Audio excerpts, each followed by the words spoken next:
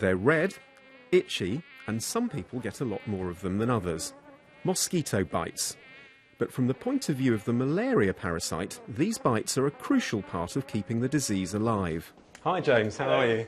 Nice to see you. Dr James Logan is an expert on parasites.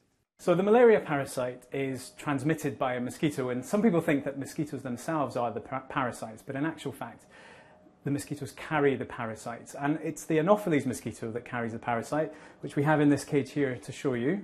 And the parasite spends around half of its life inside the mosquito. Then through a bite, it's injected in with saliva into your skin, into your body, and then it spends the rest of its time in your body, and that's what makes you very ill. So what do we know about what makes us attractive to mosquitoes?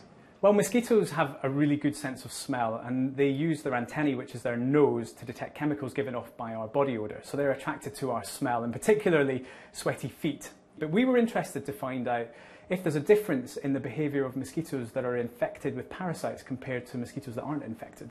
You just get in like it's a sack. Yeah. A sack. Perfect. James's theory was that mosquitoes infected with malaria would find human smell even more attractive than normal. Pull it right up. And then if you could just lie down on the bed, that's great. But to test it, he needed to collect lots of body odour, which is where I come in.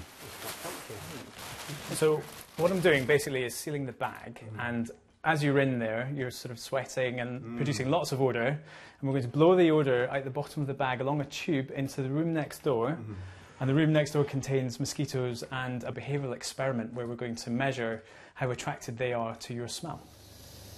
While the mosquitoes get put in position, my smell is pumped into one side of the experiment. Down the other tube is fresh air.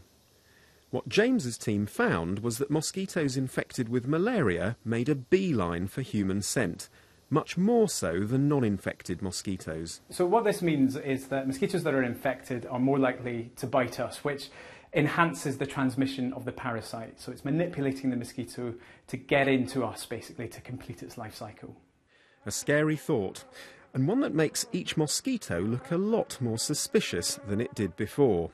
But the good news is that by understanding their love of human smell, we now stand a much better chance of luring and trapping them.